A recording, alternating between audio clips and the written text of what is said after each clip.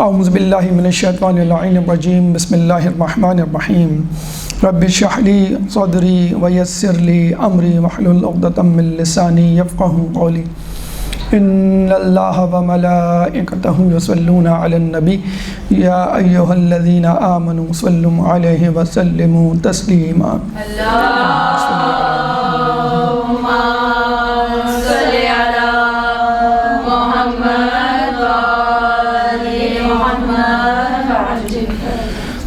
آج کا دور انفارمیشن ٹیکنالوجی کا دور ہے، یعنی معلومات کا دور، اور اس انفارمیشن آف ٹیکنالوجی میں نہ صرف انفارمیشن ایکسچینج ہوتی ہے بلکہ دیگر چیزیں بھی ایک جگہ سے دوسری جگہ منتقل ہوتی ہیں، مثلاً لائف اسٹائل، مثلاً عقائد، مثلاً سیاسی نظریات۔ تو information age is not only the age of information اور exchange of information but also the exchange of culture, values and faith. اگر ہم آدم علیہ السلام سے لے کر اب تک اور آج سے لے کر قیامت تک نظر ڈالیں ماضی پر اور پھر مستقبل پر، تو آج کل کی اصطلاح کو مد نظر رکھتے ہوئے ہم کہیں گے کہ جو most talked about, most debatable topic رہا ہے، یا یوں کہہ لیجیے ٹاپ ٹرینڈ میں جو شامل رہا ہے، ٹاپ 10 میں، وہ ہے موضوع توحید، یعنی خدا۔ یعنی آدم علیہ السلام سے لے کر آج تک جس موضوع پہ سب سے زیادہ گفتگو ہوئی ہے وہ ہے خدا یا توحید پرستی۔ اور دوسری جانب نہ صرف یہ کہ اس موضوع پہ سب سے زیادہ گفتگو ہوئی ہے بلکہ یہ موضوع سب سے زیادہ متنازع موضوع رہا ہے، یعنی most controversial topic in the history and so for. آج بھی اس موضوع پر گفتگو ہو رہی ہے اور موضوع وہی ہے، یا یوں کہہ لیجئے نکات وہی ہیں کہ خدا ہے یا نہیں ہے۔ آج بھی ہم دیکھتے ہیں کہ دنیا کی یونیورسٹیز میں یا ماڈرن کنٹریز میں خدا کے بارے میں اوہامی نظریات، یعنی ایلوژنز پیدا کیے جا رہے ہیں، ابہام پیدا کیے جا رہے ہیں، ڈاؤٹس پیدا کیے جا رہے ہیں، کنفیوژنز پیدا کیے جا رہے ہیں کہ خدا ہے یا نہیں، خدا ہے تو کیوں نظر نہیں آتا، خدا ہے تو بہت سارے کاموں میں مداخلت کر کے ان کو روکتا کیوں نہیں، قدرتی آفات اور ظلم و جبر سے لوگوں کو دور کیوں نہیں کر دیتا، وغیرہ وغیرہ۔ ہمیں اچھی طرح یاد ہے جب ہم اپنے کالج لا میڈیکل، جو اب یونیورسٹی بن چکا ہے، گئے تو ہمارا ایک انٹروڈکٹری لیکچر تھا، اس میں ہمارے ایک استاد تھے بائیو کیمسٹری کے، انہوں نے ایک ویلکم اسپیچ دی، اور اس اسپیچ میں بہت سارے موضوعات کو بھی انہوں نے ڈسکس کیا، معاشرتی، مذہبی اور نفسیاتی حوالے سے۔ بڑی خوشی ہوئی کہ میڈیکل کالج میں اس قسم کی موضوعات کو جگہ دی گئی جس کو ہم سوشل سائنسز کہتے ہیں۔ تقریر کے اختتام پر انہوں نے حاضرین کو، یعنی نئے آنے والے طلباء سے پوچھا کہ کوئی سوال۔ اب لوگ جو ہے بالکل ساکت جامد بیٹھے ہوئے تھے کہ کیا سوال کیا جائے، میڈیکل پوائنٹ آف ویو سے سوال کیا جائے یا میڈیکل یا سائنس سے ہٹ کر کوئی سوال کیا جائے۔ ابھی ہم سب یہی سوچ رہے تھے کہ ایک لڑکا کھڑا ہوا اور اس نے ان استاد محترم سے یہ پوچھا کہ خدا ہمیں نظر نہیں آتا، ہم کیسے یقین کر لیں۔ اب یہ ایسا سوال تھا کہ تمام طلباء جو کلاس روم میں بیٹھے ہوئے تھے عجیب شش و پنج میں مبتلا ہو گئے، ششدر رہ گئے کہ پاکستان جیسے ماحول میں اس قسم کا سوال کہ خدا ہمیں نظر نہیں آتا۔ ہم بھی پریشان کہ ہم جو ہے شاید اپنے دین سے ہاتھ دھو بیٹھیں گے یہاں آ کر۔ تو ان استاد محترم نے، اللہ تعالیٰ ان کی مغفرت فرمائے، اب وہ اس دنیا میں نہیں رہے، انہوں نے اس لڑکے کو بلایا اور اپنے پاس اسٹیج پہ کھڑا کیا. اب ہم نے کہا کہ یہ تو بہت لمبا موضوع ہے، اس پہ کس طرح یہ ڈسکشن کریں گے اور کس طرح یہ اختتام پذیر ہوگا اور کیا بات کنکلوژن اور نتیجے کے طور پہ ہمیں بتائی جائے گی. انہوں نے اسے ایک سمپل سا سوال کیا اس اسٹوڈنٹ سے کہ بیٹا یہ بتاؤ کہ تمہارے والد ہیں، یہ تمہیں کس نے بتایا؟ تو کچھ دیر تو خاموش رہا، پھر اس نے کہا کہ میری والدہ نے، کیونکہ انسان کا تعلق سب سے پہلے اپنی والدہ اپنی ماں سے ہوتا ہے، اور اپنی ماں کے بارے میں یا ماں خود اپنے بچے کے بارے میں شور ہوتی ہے، لیکن باپ کے بارے میں خود باپ اور بچہ ہو سکتا ہے کچھ نہ کچھ 1%، 0.1%. تو ماں ہی، بلکہ بابا یا ڈیڈی یا جسے کہتے ہیں پپا کہنا، وہ ماں ہی سکھاتی ہے، ماں ہی بتلاتی ہے تمہارا باپ ہے. تو اس اسٹوڈنٹ نے کہا کہ میری ماں نے. تو ہمارے استاد نے کہا تمہیں یقین ہو گیا؟ اس نے کہا کیوں نہیں، میری ماں نے بتلایا، مجھے کیوں نہیں یقین ہوگا؟ تو ہمارے استاد نے کہا بس اسی طرح ہمارے رسول نے ہمیں بتلایا کہ خدا ہے، تو بس ہمیں یقین آ گیا. اب اس میں مزید کسی ڈسکشن کی، کسی لاجک کی، کسی سائنسی تجربے کی ضرورت نہیں. اسی طرح ایک دفعہ کہیں بحث ہو رہی تھی قائم پاکستان سے پہلے کہ شراب جو ہے وہ کیوں حرام ہے. تو کوئی کہہ رہا ہے کہ اس سے دماغ عقل معاف ہو جاتی ہے، کوئی کہتا ہے ایکسپینسو ہوتی ہے، کوئی کہتا ہے مناسب نہیں ہے، کوئی کہتا ہے وغیرہ وغیرہ. تو مولانا محمد علی جوہر کے پاس جب مائک آیا، انہوں نے کہا کہ میرے رسول نے اس کو حرام کہا ہے، تو بس یہ حرام ہے. تو لاجک اور سائنسی ایویڈنسز یہ آج کل کی پیداواریں کہ جو ہمیں خدا کے بارے میں بھی دینے پڑتے ہیں، آخرت کے بارے میں دینے پڑتے ہیں، مذہب سے متعلق جتنی بھی عبادات ہیں ان کو سائنٹیفکلی پروف کرنا پڑتا ہے. دیکھا جائے یہ کوئی ضروری نہیں، جب سائنس نہیں تھی، سائنس تو اب وجود میں آئی ہے، سائنس کا علم ابھی بھی ایوولوشنری اسٹیج پر ہے، ارتقائی منازل طے کر رہا ہے. تو اس وقت بھی خدا تھا، اس وقت بھی ریلیجن تھا، آدم علیہ السلام مثلا. تو آپ کو سن کے حیرت ہوگی کہ یہ موضوع اب تک چل رہا ہے اور یہ مزید آگے بڑھ رہا ہے، خلیج مزید بڑھ رہی ہے. ایتھیسٹ اور مونوتھیسٹ یعنی ملحدوں اور موحدوں کے درمیان، یہ خدا پہ یقین رکھتے ہیں، کچھ جو خدا پہ نہیں یقین رکھتے. 90s میں کتاب لکھی گئی گاڈز ڈیلوژن، رچرڈ ڈاکن نے لکھی، اور دنیا میں سب سے زیادہ بکنے والی کتاب، block buster book on Amazon, یہی امیزون تھی. اور اس کے بعد پتہ چلا کہ سب سے زیادہ چھپنے والا اور پڑھا جانے والا جو قرآن تھا وہ لوگوں میں زیادہ مشہور ہوا. یعنی اگر خدا سے متعلق گاڈز ڈیلوژن، خدا ایک دھوکہ ہے جس کا ترجمہ ہوگا، وہ سب سے زیادہ فروخت ہوئی، تو اس کے بعد قرآن سب سے زیادہ فروخت ہوا، قرآن سب سے زیادہ چھپا، یعنی لوگوں کو اور تجسس ہوا خدا کے بارے میں. اور آج بھی ہم دیکھتے ہیں کہ اگر ایک طرف اسلام سب سے زیادہ پھیلنے والا مذہب ہے تو دوسری طرف الحاد پرستی، ایتھیزم بھی سب سے زیادہ پھیلنے والا مذہب ہے. کیوں کہ عیسائیت ایک ہولو، ایک کھوکھلا مذہب رہ چکا ہے، بن چکا ہے، جس کی تعلیمات مفقود ہیں، ختم ہو چکی، جس کے عوامل، جس پہ عمل کرنے والی باتیں پریکٹیکل ہو گئی ہیں اب. تو عیسائیت سے تعلق رکھنے والے لوگ جو سلیم الفطرت تھے وہ اسلام کی طرف آ گئے، اسلام میں کنورٹ ہونے لگے. اور جو خبیث الفطرت تھے، شجرہ خبیثہ سے جن کا تعلق تھا، ہوا و نفس کا شکار تھے، وہ ایتھیزم کی طرف چلے گئے.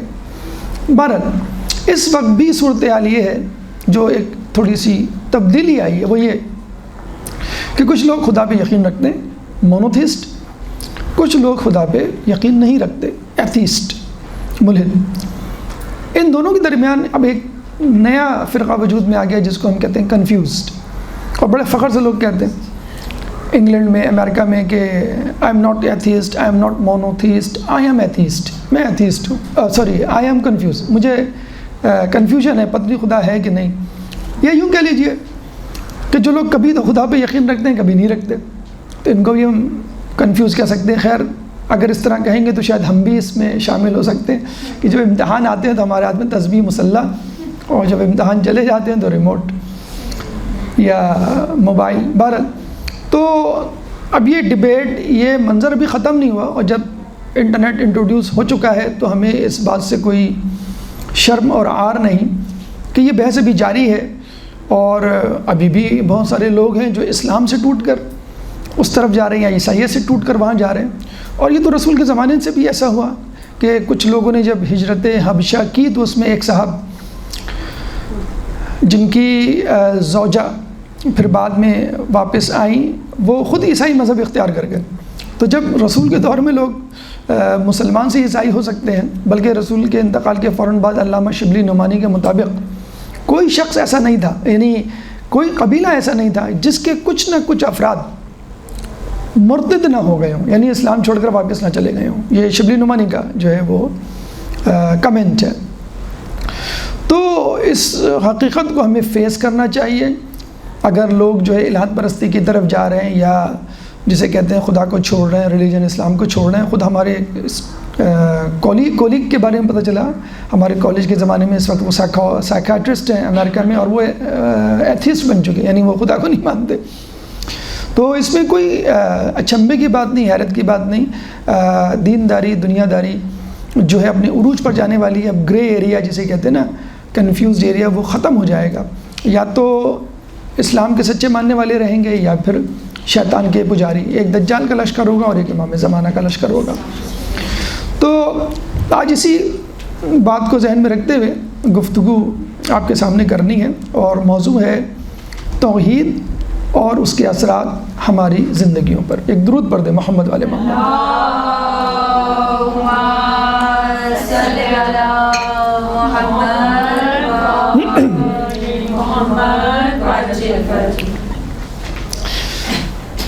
توحید کے موضوع کو ہم آج کے موضوع کو، یعنی توحید اور اس کے اثرات کو، دو حصوں میں تقسیم کر سکتے ہیں۔ نمبر ایک، خدا کی تلاش کیوں، اور نمبر ٹو یا پارٹ ٹو، خدا کی نشانیاں کیا۔ نمبر ون، خدا کی تلاش ہم کیوں کریں؟ کیا ایسی چیز ہے جو ہمیں مجبور کرتی ہے کہ بھئی خدا کو تلاش کرنا چاہیے، اور خدا ہے، ہمیں اس کو ڈھونڈنا چاہیے، ہم اس کو کیوں بھلا بیٹھیں؟ یعنی ہم ملحدوں سے مخاطب ہیں۔ اور پھر دوسرے حصے میں ہم گفتگو کریں گے وہ کون سی نشانیاں جن کو دیکھ کر ہم خدا کی طرف کھنچتے چلے آتے ہیں۔ یہ نشانیاں ہم کو بلاتی ہیں اپنی طرف کہ بھئی آؤ اور خدا کو پہچانو۔ تو پہلے حصے میں یعنی تلاش خدا، یا خدا کی تلاش کیوں کرنی چاہیے، ہماری عقل کیوں ہمیں مجبور کرتی ہے کہ خدا ہے، اس کو تلاش کرو۔ والٹیئر انگلینڈ کا بہت بڑا فلسفی، جب یہ بحث اپنے عروج پر تھی خدا کی اور خدا کے نہ ہونے کی، تو وہ کہا کرتا تھا کہ اگر خدا نہیں تو اس کو ایجاد کرنے کی ضرورت ہے۔ یعنی اتنا بینیفٹ ہے خدا کے ہونے کا کہ اگر نہیں بھی ہے تو اس کو ایجاد کرو۔ یعنی اے سی ہے، فریج ہے، گاڑی ہے، جب یہ نہیں تھے ٹھیک ہے کوئی بات نہیں، لیکن کیونکہ یہ ہمارے لیے ضروری بن چکے ہیں، اس لیے بہتر یہ ہے کہ ان کو ایجاد کیا جائے۔ ٹھنڈک ہمارے لیے یا ٹریولنگ ہمارے لیے ضروری ہے۔ تو وہ کہا کرتا تھا کہ خدا اگر نہیں بھی ہے تو اس کو ایجاد کرو، ضروری ہے خدا۔ اب کیوں ضروری ہے، یہی بات ہم آج آپ کے سامنے کرنے جا رہے ہیں۔ خدا کی تلاش ہم کیوں کریں؟ وہ کون سی چیز ہے، وہ کون سے حالات ہیں جن سے گزر کے ہم کہتے ہیں کہ بھئی ہمیں خدا کو تلاش کرنا چاہیے؟ تین باتیں یا تین نکات یا تین عقلی دلائل ہمارے ذہن میں آتے ہیں کہ جن کو رکھ کر ہم کہہ سکتے ہیں کہ بھئی یہ ہمیں مجبور کر رہے ہیں کہ ہم خدا کو تلاش کریں۔ نمبر ایک، نفع اور نقصان۔ دیکھیے اب ہم ملحدوں سے مخاطب ہیں۔ فرض کیجئے آپ کسی چوراہے پر ہیں، راؤنڈ اباؤٹ سڑک پر، اور ایک دم سے گولیاں چلنی شروع ہو جاتی ہیں، بلوہ ہنگامہ شروع ہو جاتا ہے۔ اب آپ کیا کریں گے؟ آپ وہاں سے بھاگیں گے، آپ وہاں سے فرار اختیار کریں گے، آپ کوئی گلی کوچہ، کوئی سکون امن کی جگہ تلاش کریں گے۔ اب وہاں پہ جو لوگ کھڑے ہوئے ہیں، کوئی آپ کو کہے کہ آپ ادھر چلے جائیے، یہ سیف پیسیج ہے، یہ گلی میں بازار ہے، پھر وہاں سے آپ باہر نکل جائیے گا۔ ایک آدمی کہتا ہے بھئی آپ یہاں سے چلے جائیں، یہ جو ہے یہاں پہ مسجد ہے، آپ مسجد میں جا کے چھپ جائیں۔ ایک کہتا ہے کہ نہیں آپ یہاں سے نکل جائیں، یہاں پہ آپ کو جو ہے وہ رکشہ ٹیکسی گاڑی مل جائے گی۔ اب آپ کیا یہ کہیں گے کہ بھئی میں تو کنفیوز ہو رہا ہوں، اتنے سارے لوگ، اتنی ساری باتیں، میں کہیں نہیں جا رہا، میں یہیں کھڑا ہوں۔ جیسے دینداری کے حوالے سے لوگ کہتے ہیں بھئی اتنے سارے مدرسے ہیں، اتنے سارے علماء ہیں، ہر کوئی اپنی اپنی بات کرتا ہے. ہم کس کی بات پہ عمل کریں؟ بھائی ہم تو نہیں کر رہے دین پہ عمل. اچھا یہ بات آپ کبھی ڈاکٹر کے لیے کہتے ہیں کہ مجھے ایک بیماری ہو گئی, کوئی کہتا ہے اس ڈاکٹر کے پاس جاؤ, کوئی کہتا ہے اس ڈاکٹر, میں تو نہیں جا رہا, میں تو آپریشن نہیں کرا رہا, میں تو گھر میں ہی مر رہا ہوں, کوئی بھی نہیں کہتا. تو اب یہ صورتحال ہے, وہ آدمی کیا کرے گا؟ آدمی سوچے گا اور آدمی غور کرے گا بھی کون سا پیسیج میرے لیے محفوظ ترین ہے. اور کچھ لوگوں کے رویوں, گفتگو, لب و لہجے سے بھی اندازہ لگائے گا کون مجھے بیوقوف بنا رہا ہے. جیسے آپ بازار جاتے ہیں کچھ خریدنے کے لیے, ہر دکاندار آپ کو بلا رہا ہوتا ہے, باجی یہ لے لیں, باجی یہ لے لیں, باجی. خود دکان کے اندر جا کر بھی مختلف کپڑے, وہ تو سوچ رہا ہوتا ہے میں کسی طرح میرا ہر مال بک جائے, لیکن آپ کسی ایک چیز پر جو ہے انگلی رکھ کے کہتے ہیں بھائی مجھے یہ چاہیے اور اتنے میں چاہیے, یعنی اپنا بجٹ پسند کو دیکھ کے. تو اس کا مطلب ہے آپ کچھ نہ کچھ ڈیسائیڈ کریں گے کہ مجھے کہاں جانا چاہیے. دیکھیں بالکل یہی مثال ہماری زندگی کی بھی. ہم تھوڑی دیر کے لیے تصور کر لیں, خدا نخواستہ یعنی فرض کر رہے ہیں کہ خدا نہیں ہے. اب مجھے بتائیے خدا اگر نہیں ہے تو زندگی میں بہت سارے مسائل جنم لیتے ہیں, ان مسائل کو حل کرنے کے لیے ہم کیا کریں؟ مثلا مجھے اپنے بچے کو اسکول میں داخل کروانا ہے. اب ایک کہتا ہے کہ بھائی فلاں جگہ جائیں, یہاں پہ بہت اچھا ماشاءاللہ اکیڈمک ماحول ہے اور یہ ہے وہ. دوسرا کہتا ہے نہیں یہاں جائیں, یہاں پہ تھوڑا سا جو ہے اخلاقیات اچھی سکھائی جاتی ہے, یہاں پہ جائیں, یہاں پہ دین دنیا دونوں کا وہ معاملہ ہے. تو میں آؤٹ پٹ رزلٹ دیکھتا ہوں اور پھر ہمیں ایک فیصلہ کرتا ہوں. کچھ لوگ صرف اکیڈمک کی بنیاد پر فیصلہ کر لیتے ہیں بھائی ہمیں یہاں بچوں کو بھیجنا ہے. کچھ لوگ کہتے ہیں کہ نہیں بھائی اس کا برانڈ ہے, یہ برانڈ نیم ہے, اور یہاں سے گریجویشن اسکولنگ کرنے کے بعد آدمی بہت کامیاب ہوتا ہے. کہتا ہے نہیں بھائی ہمیں بھی دین کی فکر ہے, تھوڑا سا جو ہے وہ نقصان ہو جائے دنیاوی, لیکن اگر دین ملے تو آپ کچھ نہ کچھ تو فیصلہ کرتے ہیں. تو بس یہی فیصلہ خدا کے لیے بھی آپ کر لیں. یعنی دنیا میں آپ ہیں, ایک کہتا ہے کہ بھائی آپ مذہب کی طرف آئیں, ایک کہتا ہے نہیں مذہب کی طرف نہیں آئیں, ایک کہتا ہے خدا کو مانیں, ایک کہتا ہے خدا کو نہیں مانیں, ایک کہتا ہے کہ جو ہے آپ لوگ جو کر رہے ہیں بس وہ کرتے چلے جائیں, چھوڑیں اس بحث کو کہ مجھے کیا کرنا چاہیے. ایک کہتا ہے کہ نہیں آپ جو ہے اپنے آپ کو دیکھیں, آپ کو کیا چاہیے کھانے میں, لباس میں, اسکولنگ میں, دوستی میں, کیا آپ کو کیا چیز کلک کر رہی ہے. جو چیز آپ کو کلک کر رہی ہے, جیسے آپ ٹی وی چینلز آپ لگاتے ہیں تو جو چیز آپ کو پسند ہوتی ہے وہیں رک جاتے ہیں. آپ واٹس ایپ میسیجز دیکھتے ہیں, جو آپ کو پسند ہوتا ہے آپ اس کو سیو کر لیتے ہیں. آپ اسٹیٹس کسی کے دیکھتے ہیں, اچھا لگتا ہے کوئی اسٹیٹس کو آپ اسنیپ شاٹ لے لیتے ہیں, اس کو سیو کر لیتے ہیں. تو یہ بھی تو ایک طریقہ ہے. تب دو طریقے ہو گئے. عموماً جو دنیا میں جو فضا ہے وہ یا تو یہ ہے کہ گو ود دا فلو, یعنی جو ماحول کہہ رہا ہے بس آپ چلیں, اور انشاءاللہ بڑا کمفرٹیبل ہے اس طرح رہنا کہ کوئی رکاوٹ نہیں ہوگی, کوئی دشمن نہیں ہوگا آپ کا. بس جو لوگ کہہ رہے ہیں آپ چلتے چلے جا رہے ہیں. جس طرح ہمارے یہاں ہوتا ہے, دیندار ہوتے ہیں ٹھیک ہے, مدرسے میں بیٹھے ہوئے, حجاب ہے, سب کچھ ہے, مہندی آئی, تقریبات آئی, ڈانس ہوا تو لوگ جو ہے وہ ڈانس کر رہے ہیں. ایک صاحب جو ہے وہ بڑے فخر سے کہہ رہے ہیں کہ میں جو ہوں بحریہ ٹاؤن شفٹ ہو گیا اور ماشاءاللہ ایسی جگہ شفٹ ہوں سامنے مسجد ہے میرے. اور پھر کچھ ہفتے بعد ان کی تصویریں آ رہی ہیں, بچے جو ہیں وہ لڑکیوں کے ساتھ خاندان کی ڈانس کر رہے ہیں. تو یہ سب کیا ہے؟ Go with the flow. بھائی میں نے ایک جگہ مکان لیا, سامنے مسجد ہے, سب جا رہے ہیں میں بھی جا رہا ہوں. مہندی ہوئی, ڈانس ہو رہا ہے, سب ڈانس کر رہے ہیں میں بھی ڈانس کر رہا ہوں.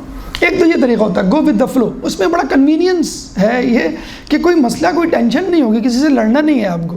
لوگوں نے کہا بھائی آپ بھی آئیے, ان کو بھی, یعنی حد یہ ہو گئی کہ مہندی لڑکا لگا رہا ہے لڑکیوں کو, یعنی یہ حد ہو گئی کہ ڈانس کے سٹیپس لڑکیاں سکھا رہی ہیں لڑکوں کو. مطلب وہ باقاعدہ ریہرسل کی بھی ان کی ہم نے ویڈیو دیکھی تو وہ سر جھکائے کھڑے ہوئے اور ایک لڑکی ان کو ڈانس کے سٹیپ سکھا رہی ہے. تو یہ مطلب انسان کہاں پہنچ رہا ہے یہ اس معاشرے میں جسے کہتے ہو رہے ہیں. تو ایک تو یہ طریقہ ہے ٹھیک ہے میں جو ہوں نماز بھی پڑھ لوں گا, میں جو حجاب بھی کر لوں گی, جب کوئی موقع ملے گا, ماحول ہوگا حجاب اتارنے کا یا موسیقی کا یا مکس گیدرنگ کا یا گناہ کرنے کا, ٹھیک ہے سب کر رہے ہیں تو میں بھی. ایک تو یہ ہے گو ود دا فلو جسے کہتے ہیں نا. ایک یہ کہ نہیں جو میرا من کہے گا وہ میں کروں گا. MUN آج کل ایک وہ بھی ہے جو اسکولوں میں مختلف لوگوں کو بلایا جاتا ہے, ٹیلنٹ ایکسپوز ہوتا ہے, پھر اس کو باہر لے جایا جاتا ہے. تو اس میں یہ ہے کہ تھوڑی سی ریزسٹنس ہوتی ہے لیکن آپ آگے چل کے کچھ بن جاتے ہیں, یعنی لیڈرشپ کی صلاحیتیں آ جاتی ہیں. ٹھیک ہے آپ نے گھر والوں سے بغاوت کر لی, گھر والے کہہ رہے ہیں کہ حجاب نہیں کرو, آپ نے کہا نہیں مجھے کرنا ہے, گھر والے کہہ رہے ہیں کہ مدرسے میں نہیں لو, نہیں آپ نے کہا مجھے لینا ہے, یا آپ کے دوست کہہ رہے ہیں کہ بھائی چلو بھائی یہاں چلتے ہیں وہاں چلتے ہیں, آپ نے کہا نہیں مجھے نہیں جانا, یہ غلط ہے, وہ ہے, جو بھی ہے, irrespective آف دا ریلیجن. یعنی اس کا بھی فیصلہ آپ مذہب کی بنیاد پہ نہیں کر رہے, آپ اپنی پسند ناپسند جیسے وہ نعرہ جو لگتا ہے نا، میرا جسم میری مرضی، یہ جو نعرے آپ سنتے ہیں نا ایڈورٹیزمنٹ میں، جو کیپشن ہوتا ہے یا لوگو ہوتا ہے جسٹ ڈو اٹ، مثلاً نائکے کا ہے یا اور بھی ہیں، ان کے پیچھے بھی فلاسفی ہوتی ہے، جو ہم نے کہا نا کہ یہ ایکسچینج آف انفارمیشن نہیں ہے، exchange of culture, exchange of values, exchange of lifestyle, exchange of faith, ان کو پروموٹ کیا جا رہا ہے ساتھ ساتھ۔ ایک دو طریقے ہو گئے، ایک تو آپ نے کہا کہ ابھی گو ود دا فلو، جو لوگ کر رہے ہیں، اگر مذہب پہ عمل کر رہے ہیں، جیسے رمضان میں ہوتا ہے ٹی وی ہمارا جو ہے وہ پورا مذہبی ہو جائے، اینکر جو ہے وہ نعتیں پڑھ رہے ہوتے ہیں، ماشاء اللہ کیا شب قدر کی دعائیں مانگی جا رہی ہوتی ہیں، یعنی اب تو ماہ رمضان کے گزرنے کا انتظار نہیں کیا جاتا، افطار کے بعد وہی اینکر ڈانس کر رہا ہوتا ہے، خواتین کے ساتھ ناچ رہا ہوتا ہے، مطلب اور لوگ دیکھ رہے ہوتے ہیں، جتنے لوگ افطار سے پہلے بیٹھے ہوتے تھے تسبیح لے کر، اتنے ہی لوگ ریموٹ لے کے بیٹھے ہوتے ہیں، اور پتہ ہی نہیں کیوں، go with the flow, convenient ہے بھائی، ٹھیک ہے آپ اس پروگرام میں آئیں، اب کیوں جائیں ہم، ذرا سا اب تو مزہ آنا شروع ہوا ہے۔ جس طرح ہمارے میلاد میں ابتدا جو ہے قرأت سے اور نعتوں سے ہوتی ہے، اور انتہا جو ہے وہ انڈین کسی گانے پر ہوتی ہے۔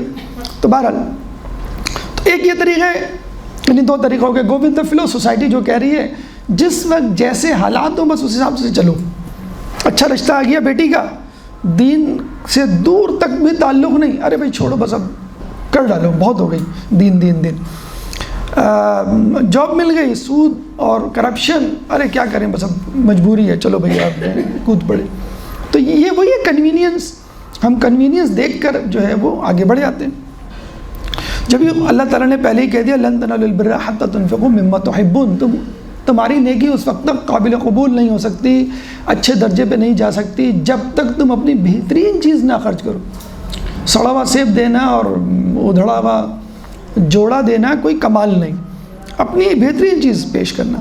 تیسرا طریقہ، یہ جو طریقہ ہے خدائی طریقہ، کہ بھئی جو خدا کہہ رہا ہے میں وہ کروں گا، خدا کہہ رہا ہے نماز پڑھو تو میں نماز پڑھوں گا، خدا کہہ رہا ہے میں حجاب کرو تو میں حجاب کروں گی، خدا کہہ رہا ہے کہ بھئی یہ موسیقی حرام ہے، مس گیدرنگ حرام ہے، یہ غلط ہے تو میں نہیں کروں گا۔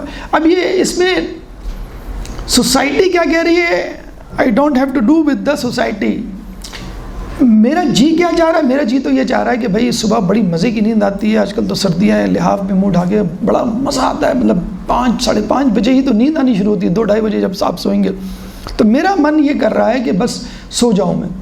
یا فرض کر لیں دیندار گھرانہ ہے تو ماشاءاللہ سب اٹھ رہے ہیں، تو ہم نے کہا چلو یار سب اٹھ رہے ہیں تو میں بھی اٹھ جاؤں، کیا ایسا حرج ہے؟ یہ بھی غلط، یہ بھی غلط۔ غلط کیا ہے، آپ اپنے دل سے اٹھیں کہ بھی خدا کہہ رہا ہے کہ اٹھ جاؤ۔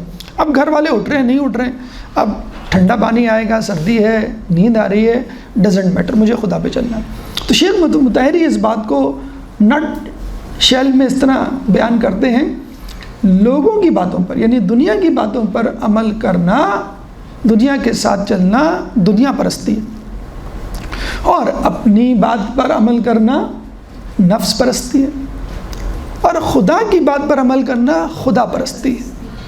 تو نہ آپ کو سوسائٹی کے ساتھ چلنا ہے، نہ آپ کو اپنے نفس کی ماننی ہے، آپ کو وہی کرنی ہے جو امر الہی ہے، جو خدا چاہ رہا ہے بس میں وہ کروں گا، دیٹس اٹ۔ یہ ہے خدا پرستی، یہ ہے دینداری۔ تو ہم دنیا داروں سے یا ملحدوں سے یہی سوال کریں گے کہ آدھا تیتر آدھا بٹیر، کبھی کچھ، پل میں تولا پل میں ماشا ہونے کی بجائے یہ بہتر نہیں ہے کہ میرا ایک کانسٹنٹ کلر ہو، میرا ایک کانسٹنٹ ویژن ہو، میری ایک ویلیو ہو اور میرے پرنسپلز ہوں، ان کو لے کے چلوں میں۔ اچھا میں دنیا والوں کے پرنسپلز کو اڈاپٹ کروں گا تو دنیا آج یہ کہہ رہی ہے کل یہ کہے گی، ڈیفینیشن تو چینج ہو جاتی ہے نا۔ میریوانا چرس جسے ہم کہتے ہیں، بھنگ جسے کہتے ہیں نا، انگلینڈ میں 2 سال پہلے لیگل تھی، اب انلیگل تھی، اب لیگل ہو گئی ہے، اب آپ خرید سکتے ہیں۔ ابھی مجھے 100 گرام کی چرس دے دو، آپ پئیں، آپ کو اب الاؤڈ۔ اس کا مطلب کیا ہوا کہ رولز بدلتے رہیں گے۔ شراب حرام تھی، مطلب حرام ہے، کل ہو سکتا ہے وہ لوگ لیگل ہے، کل ہو سکتا ہے وہ لوگ انلیگل کرتے ہیں بھائی اس سے۔ تو کہنے کا مقصد یہ ہے کہ اس طرح تو ہم کبھی اپنے حساب سے چلیں گے، کبھی دنیا کے اپنے مخالفت میں چلیں گے۔ اور دوسرا ہے کہ نفس پرستی، میرا جو جی چاہ رہا ہے تو اس میں یہ ہو جائے گا، میرا تو جی یہ چاہ رہا ہے کہ میں گھر میں بیٹھوں اور پیسہ گھر میں آتے رہے، کہ کون کس کا جی چاہتا ہے کہ بھائی باہر جا کے نوکری کرے، جاب کرے. ابھی آپ کو کہا جائے بھائی لاکھ روپے آپ کو مل جائیں گے، آپ 70,000 روپے کما رہے ہیں، آپ کو کہا جائے گھر بیٹھ کے آپ کو لاکھ روپے مل جائیں، آپ کچھ نہ کریں، تو کوئی بیوقوف ہوگا کہے گا اچھا ٹھیک ہے.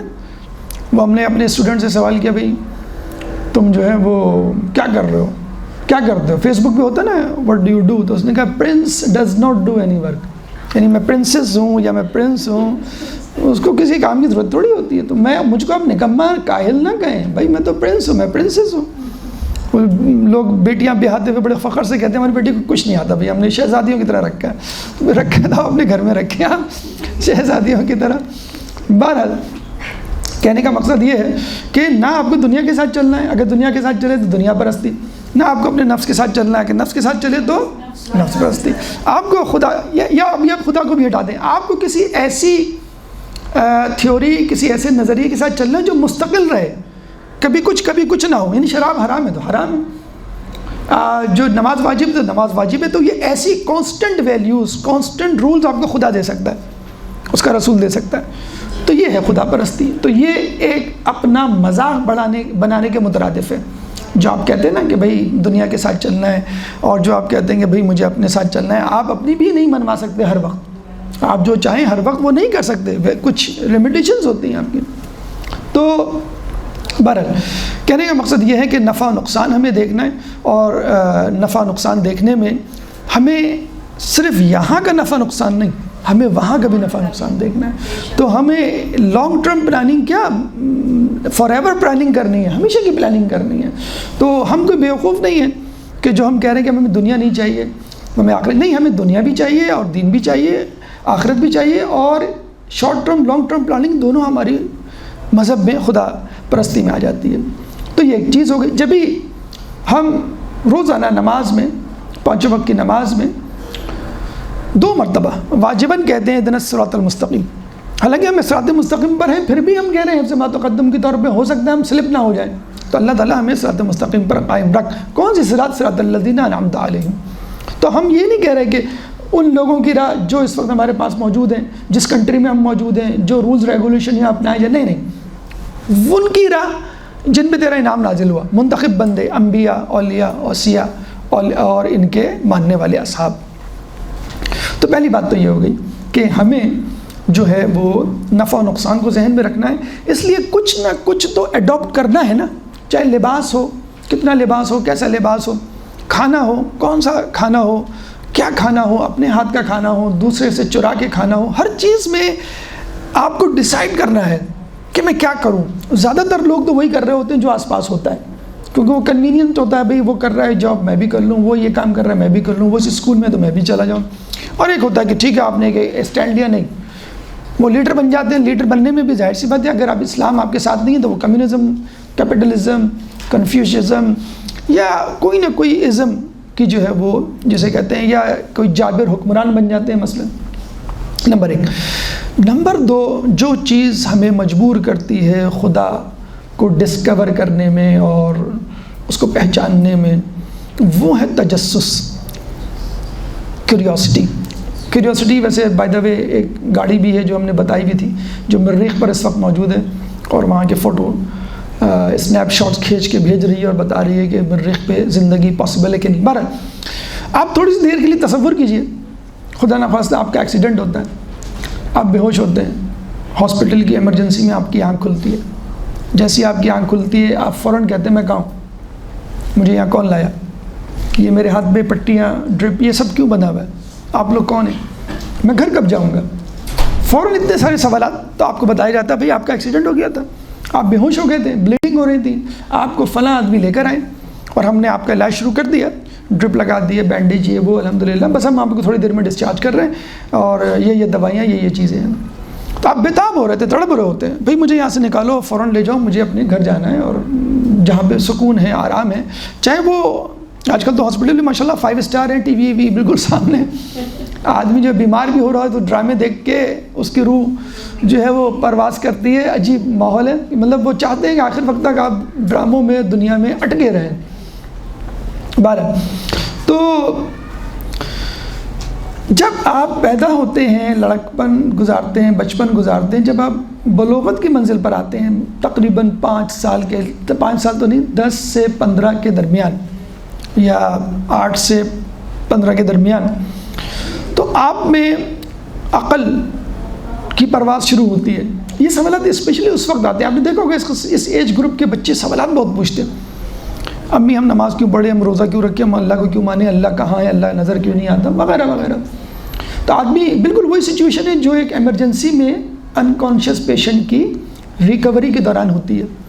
اب وہ پوچھنے لگتا ہے کہ میں کون ہوں، میں کہاں سے آیا ہوں، مجھے کہاں جانا ہے، جو میں کر رہا ہوں اس کا حساب دینا ہوگا، یا جو گناہ کیے ہیں ان کی سزا ملے گی یا نہیں ملے گی، اور میں جہاں جاؤں گا وہاں کیا ہوگا، جہنم اور جنت واقعی حقیقت ہے یا وغیرہ وغیرہ، یہ سوالات آتے ہیں۔ تو بالکل اسی طرح ہم یہ سمجھتے ہیں یہ سوالات، جس کے پاس عقل ہے اس کے ذہن میں ضرور یہ سوالات آتے ہیں کہ بھئی ہم کون ہیں، کہاں جانا ہے، مرنا ہے، مرنے کے بعد پھر کیا ہوگا، مٹی میں مل جائیں گے یا وغیرہ وغیرہ۔ تو یہ تجسس ہمیں مجبور کرتا ہے خدا تک پہنچنے میں کہ واقعی ہم کہیں سے آئے ہیں اور ہمیں کہیں جانا ہے، اور جانے کے لیے ہمیں کچھ کرنا ہے تاکہ ہماری زندگی کمفرٹیبل گزرے۔ ایک میں آرٹیکل پڑھ رہا تھا، وہ اس وقت میرے ذہن میں نہیں ہے، امریکہ میں یا کہیں کسی جگہ ریسرچ ہوئی اور اس میں یہ پروف کیا گیا کہ انسان کسی ایسی جگہ سے آیا ہے جہاں پہ ہر قسم کی لگژری تھی۔ دیکھیں نا، ہم لگژریز کے قائل ہیں کہ نہیں؟ چاہتے ہیں نا بھائی ٹھنڈا پانی ہو، گرم چائے ہو، نرم بستر ہو، پرسہولت فرنیچر، گاڑی سواری۔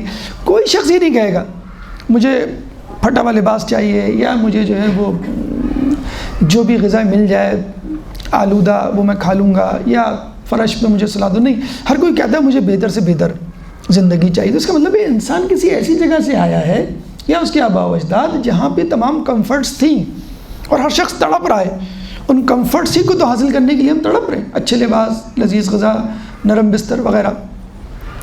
تو اگر آدمی یہ سوچ لے کہ واقعی میں فطرتاً آرام پسند ہوں، سہل پسند ہوں، لذیذ کھانے مجھے اچھے لگتے ہیں، مجھے جو ہے وہ اچھی سواری اچھی لگتی ہے، اگر یہ ہے حقیقت تو آدمی سوچے کہ ان کو میں حاصل کروں۔ اگر حاصل کروں تو کیا وقتی طور پہ حاصل کروں یا ہمیشہ کے لیے؟ تو میں کوئی ایسا انتظام کروں کہ ہمیشہ کے لیے حاصل کروں، ایسا انتظام کروں کہ اگر مرنے کے بعد کوئی زندگی ہے تو یہ چیزیں میرے ساتھ مرنے کے بعد بھی چلی جائیں۔ کچھ لوگ کہتے ہیں کہ بھائی ان سب کی ضرورت ہی کیا ہے سوچنے کی، بس سیدھا سیدھا جو ہو رہا ہے وہ کرتے رہیں، کھائیں پئیں، عیاشی کریں، سوچنا خدا ہے کہ نہیں، قیامت ہوگی کہ نہیں، اس کیوریوسٹی تجسس میں ہم نہیں پڑھتے، ضرورت ہی کیا ہے۔ جیسے کچھ لوگ کہتے ہیں توضیح ہم کھولیں گے تو پھنس جائیں گے، وہ مولانا صاحب سے فتویٰ پوچھیں گے تو بس وہ تو کہہ دیں گے ابھی یہ جو ہے نا حرام ہے، اس کو نہ کریں۔ تو بہتر یہ کہ مذہب کے معاملے میں اتنی ڈیپتھ میں نہ جاؤ، اتنی دور نہ جاؤ، ورنہ تجسس میں پڑھو گے تو بس پھر تمہاری زندگی مشکل ہو جائے گی۔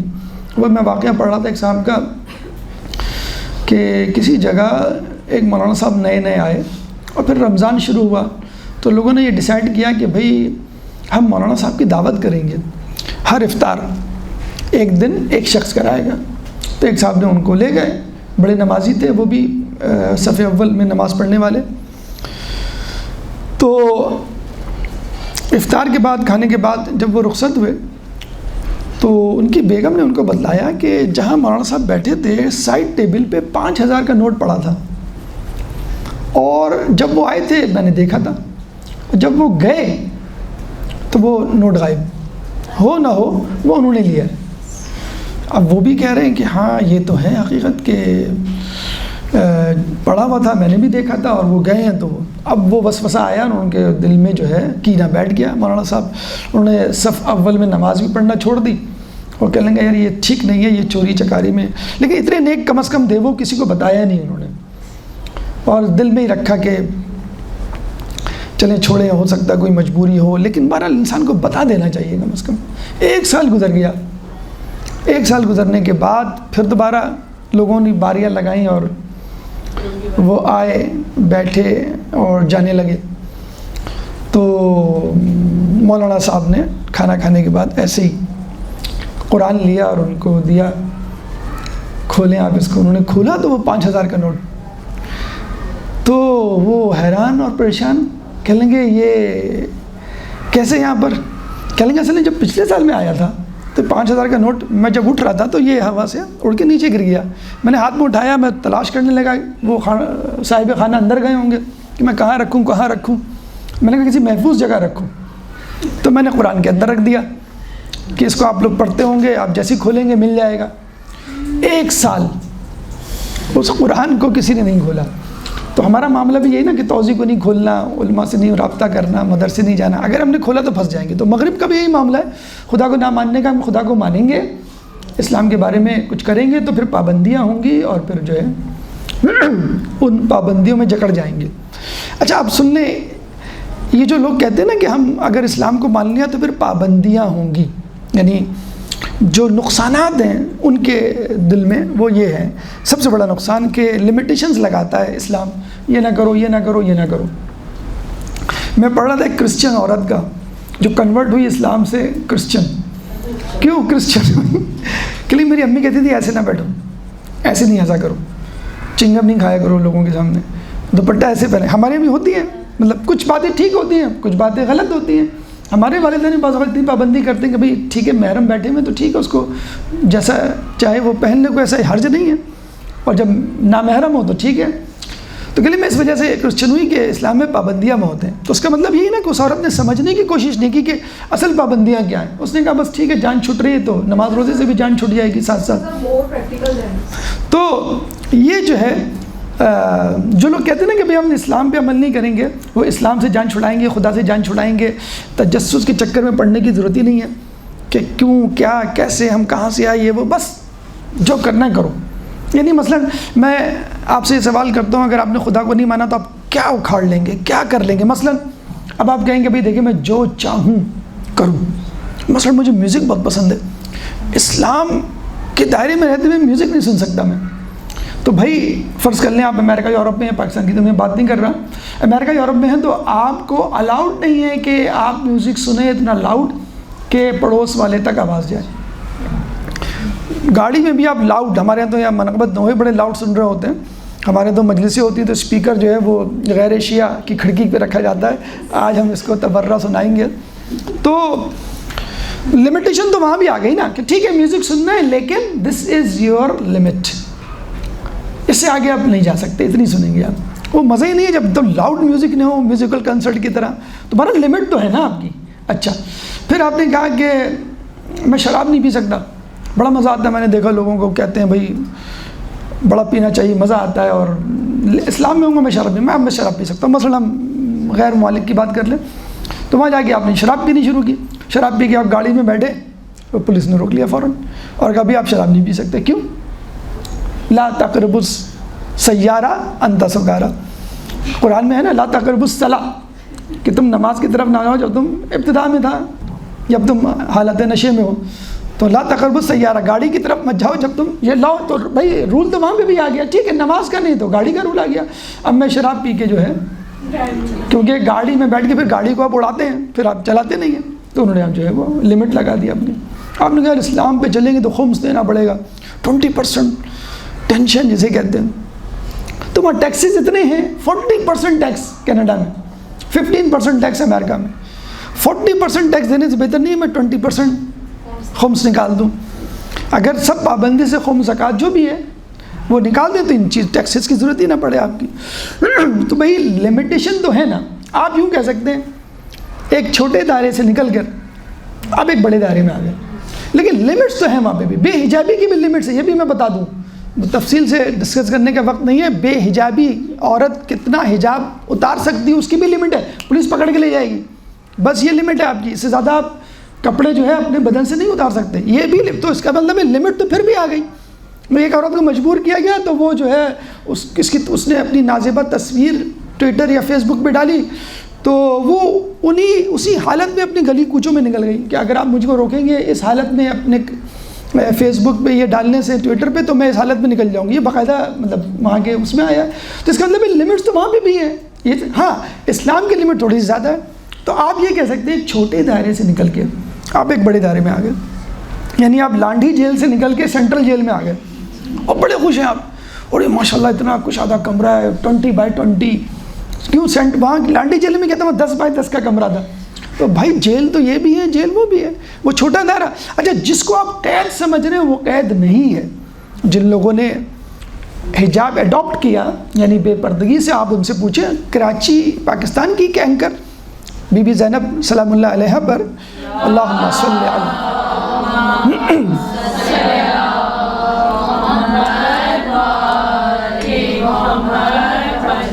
ایک پروگرام کرنا تھا اس کو، تو اس نے حجاب پہن کے، آپ کو تو معلوم ہے اگر کرکٹ کا میچ ہوگا تو وہی اینکر جو ہے وہ ٹی شرٹ پہن کے کرے گی.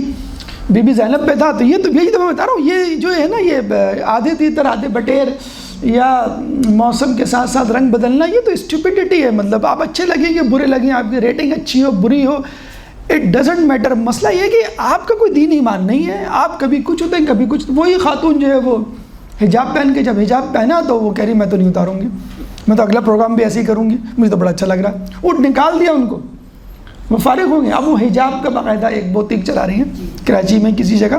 تو بہرحال کہنے کا مسئلہ یہ، اس پہ ہم ڈبیٹ کر سکتے ہیں کہ ہم یہ چیز چھوڑیں گے تو کیا یہ قید ہے؟ قید نہیں ہے. آپ کو ایک طریقہ بتایا جا رہا ہے، جیسے جب آپ ڈرنک کریں گے تو آپ ایکسیڈنٹ کر سکتے ہیں.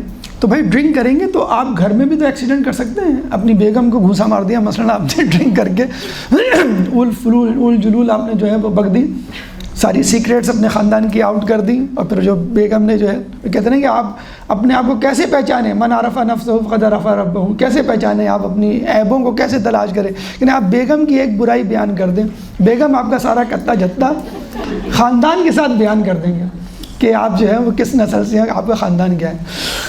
تو چھوٹے دائرے سے نکل کر بڑے دائرے میں یہ بھی قید ہے. یا جس کو آپ قید سمجھ رہے ہیں وہ قید نہیں ہے. آپ سمجھ رہے ہیں کہ یہ چھوٹا دائرہ ہے لیکن اس میں بھی بہت زیادہ آزادی ہے. نمبر 2، اگر آپ خدا پہ یقین نہیں کریں گے تو یہ چیز آپ کو کاہلی کی طرف لے کے جائے گی. دیکھیں آپ ایران کی مثال لے لیجئے، انقلاب کے بعد وہاں ترقی زیادہ ہوئی یا انقلاب سے پہلے؟ اگر ایسا ہوتا جیسے کہ کمیونزم میں چائنا میں یہ بات پھیلا دی گئی تھی کہ بھئی انقلاب وہ اسلام یا مذہب کوئی بھی مذہب آپ کو کاہل بناتا ہے. کیوں؟ کہ جب آپ مذہب کو اپناتے ہیں بھئی اللہ مالک ہے. واقعی کچھ لوگوں کو تو بنا ہی دیتا ہے. کچھ لوگ نکمے نکھٹو ہوتے ہیں، بستر پہ لگے رہتے ہیں، بھئی رزق کچھ خود ہی آئے گا. کسی نے آگے جو ہے وہ 2 پیسے دے دیے، کسی نے لفافہ دے دیا، وہ تو 2 جوتے مار کے آپ کو مل رہے ہیں نا. آپ تو بیگر بن گئے، گداگر بن گئے. تو مذہب آپ کو کاہل بناتا ہے.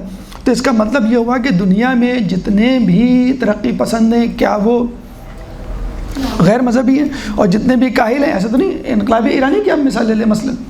اور جہاں تک آپ بات کر رہے ہیں یورپ امریکہ کی، وہاں پہ اگر مسلمان مین پاور نکال دیں آپ تو مجھے بتا دیں وہاں پہ کیا بچ جاتا ہے.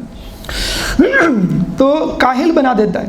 مثلا ایک ساحل پہ ایک شخص لیٹا ہوا تھا، ایک جہاز آ کے رکتا ہے، جہاز سے اس کا مالک نیچے اترتا ہے، تو وہ اس کو پیر مار کے نخوت سے تکبر سے کہتے ہیں کہاں تم بیٹھے ہوئے ہو، کیا کر رہے ہو؟ کہنے کچھ نہیں، میں بس آرام کر رہا ہوں. کہنے کیوں آرام کر رہا ہوں؟ کچھ کرو جا کے.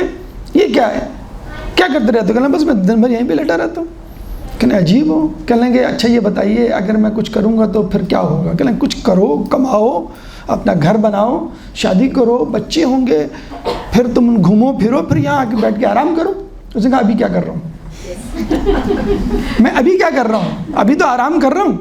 تو پھر جو مذہب پہ نہیں چلتے ان کے ذہن میں یہ ہوتا ہے کہ مقصد کیا ہے زندگی کا. جب مجھ سے کوئی پوچھے گا نہیں تم کیا کر رہے ہو کیا نہیں کر رہے ہو، نہ ماں باپ نے پوچھنا ہے. مغربی دنیا میں ماں باپ نہیں پوچھ سکتی کہ آپ صحیح کام کر رہے ہیں غلط. اگر ماں باپ کی سختی بچے کو ناپسند آئی اور بچے نے 15 پہ فون کر دیا کہ ماں باپ بہت سختی کر رہے ہیں مجھے لے جاؤ، لے جائیں گے وہ آپ کو. تو جب آپ اکاؤنٹیبل نہیں ہے کسی کے پاس تو آپ کہتے ہیں بھائی مجھے کچھ نہیں کرنا. ہم لوگ یہ سمجھتے ہیں بظاہر ایسا نہیں ہے، جو وہاں سے آتے ہیں وہاں سے پوچھے. کہہ لیں وہاں پہ تو لوگ صرف کماتے اس لیے ہیں کہ ویکینڈز پہ شراب پئیں، کھائے پئیں اور بس سو جائیں، بس اسی لیے کما رہے ہیں. پاکستانی جا کے 5-5 سال میں کوٹھیاں کھڑی کر رہے ہیں. کیوں؟ پاکستانی یا مسلمان لانگ ٹرم ویژن رکھتے ہیں نا، یعنی ان کا ویژن تو جنت تک کا ہے. سیونگ کرو اور پھر آگے بڑھو، پھر سیونگ کرو آگے بڑھو. ہاں یہ ہے کہ مکمل طور پہ جنت کی اگر سوچ لیں تو انشاءاللہ دونوں چیزیں بن جائیں. تو بنیادی طور پہ جو خدا پہ یقین نہیں رکھتا وہ کاہل ہوتا ہے. اور اس وقت بھی مغربی ممالک میں جو ورک پاور ہے وہ مسلمان انجینئرز، مسلمان ڈاکٹرز، مسلمان لیبر فورس ہے وہاں پہ. نمبر 2. نمبر 3، اب تو حد یہ ہو گئی ہے، ایسی رپورٹیں سامنے ہی لوگ کہتے ہیں کہ بھائی ہم بڑے ہوں گے، جوان ہوں گے، بوڑھے ہوں گے، پھر کیا ہوگا، مر جائیں گے، اس کے بعد کچھ نہیں. کہتے کچھ نہیں تو ہم ابھی سے مر جاتے ہیں. کہ نہیں آپ کچھ کریں گے، کیوں کروں، کریں کچھ کریں تاکہ آپ کی زندگی اچھی گزرے. تو بھائی مجھے کچھ کرنا پڑے زندگی اچھی گزارنے کے لیے، بہرحال محنت تو پھر بھی کرنی پڑے گی نا. تو میں نہیں کر رہا محنت، بس مجھے مرنے دو، کیا ضرورت ہے جینے کی. تو لوگ صرف اس وجہ سے خودکشی کر رہے ہیں. ان کی بات نہیں کر رہا جو یہ کہتے ہیں کہ بیمار ہوں میں، پریشان ہوں میں. نہیں، کہیں گے جب مرنا ہی اور کچھ حساب کتاب نہیں ہوگا تو جینے کا مجھے کون سا ایوارڈ ملنا ہے جینے پہ، جو میں نے کیا کون سا وہ اپریشیٹ کیا جانا ہے. تو خدا پہ ایمان یقین نہ رکھ کے آپ جو ہے وہ ایک قید سے دوسرے قید کی طرف جا رہے ہیں. حقیقت میں نہیں، آپ کسی نہ کسی کو فالو کریں گے. نمبر 2 آپ کاہل ہو رہے ہیں. نمبر 3 آپ خودکشی کی طرف جا رہے ہیں. تیسرا سبب کہ ہم خدا کے بارے میں کیوں سوچیں، نمبر 3 وہ ہے شکر گزاری.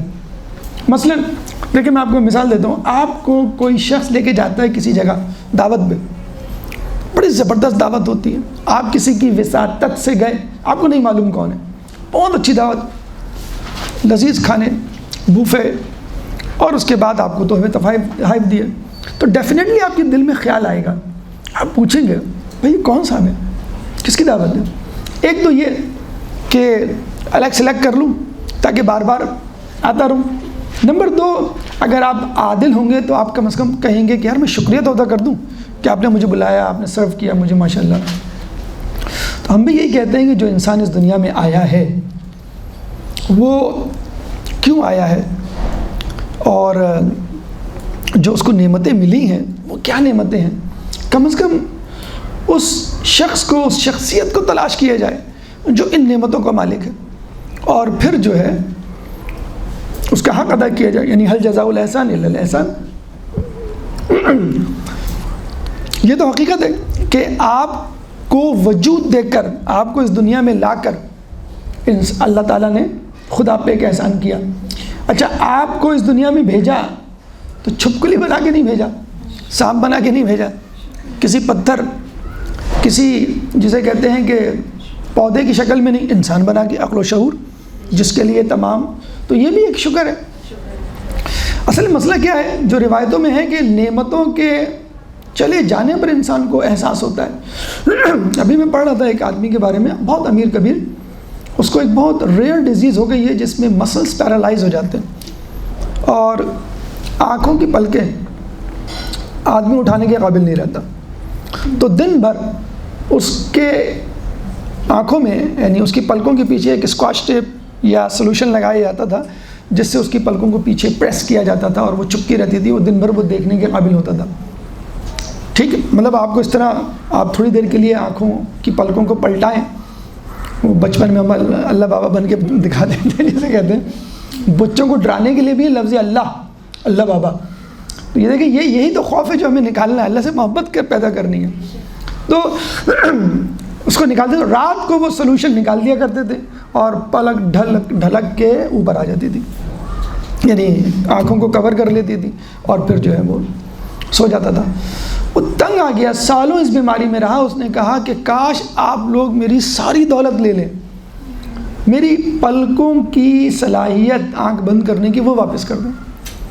یعنی اتنا دولت مند آدمی ہے اور وہ جو ہے جسے کہتے ہیں کہ پلکیں چھپکا نہیں سکتا تو وہ اس کو الٹا کے رکھ دی. ابھی میں نے آپ کو شاید واقعہ بھی سنا ہے، اٹلی میں کرونا میں ایک پیشنٹ کو جب آکسیجن سلنڈر لگانے لگے، وینٹیلیٹر پہ ڈالنے لگے تو وہ رونے لگا. کہنے لگا گھبرائے مت، بل جو ہے وہ گورنمنٹ دے گی. انہوں نے کہا میں اس لیے نہیں گھبرا رہا ہوں نہ رو رہا ہوں، یہ تو میں افورڈ کر سکتا ہوں، میں روز لے رہا ہوں. اسے پوچھا ہاں کتنا خرچہ آئے گا؟ $100 پر ڈے.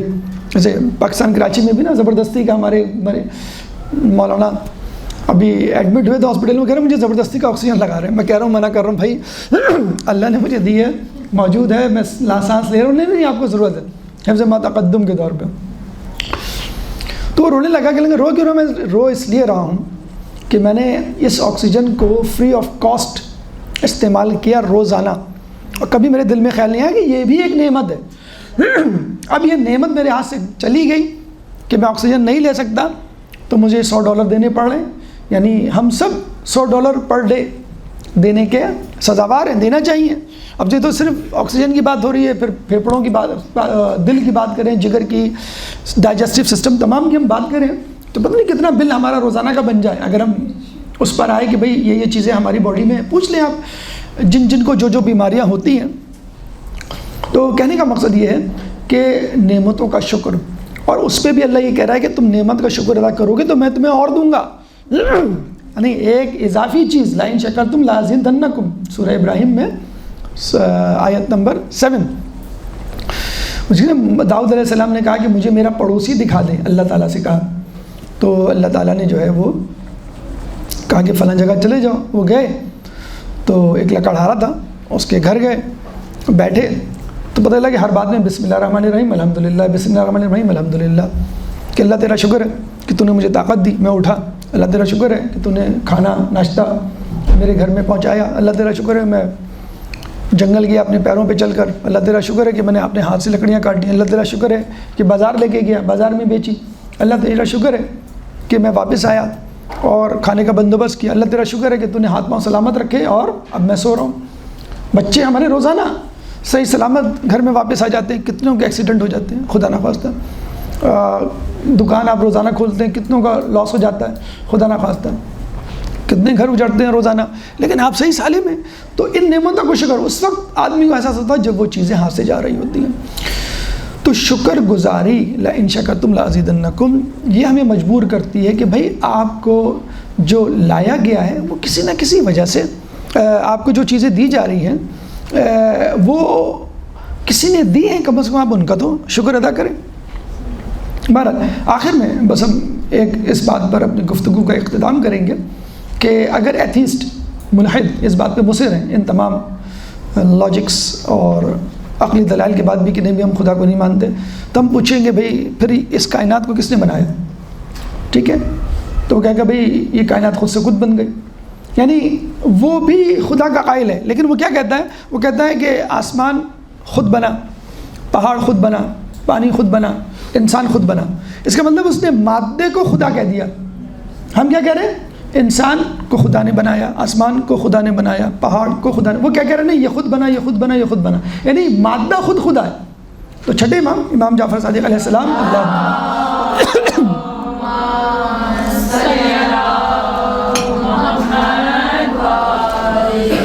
سے ایک ملحد جو ہے وہ مناظرہ کرتا ہے اور کہتا ہے کہ ابھی میں تو کہتا ہوں سب چیزیں خود بنی ہیں، تو امام کہتے ہیں تم بھی خود بنے ہو؟ کہ ہاں میں بھی خود بنا۔ ہاں اب دیکھیے امام نے 2 منٹ میں اس کے مسئلے کو حل کیا اور لاجواب کیا۔ امام نے کہا دیکھو اگر میں نے اپنے آپ کو خود بنایا ہے تو میں یا تو اپنے بننے سے پہلے موجود تھا یا بعد میں پیدا ہوا، تو تم بتاؤ میں اپنے بننے سے پہلے تھا؟ تو کہتا ہے کہ ہاں آپ اپنے بننے سے پہلے تھے۔ کہنا جب میں اپنے بننے سے پہلے تھا تو بنانے کی کیا ضرورت؟ مجھے اپنے آپ کو بنانے کی کیا ضرورت؟ میں تو پہلے سے تھا۔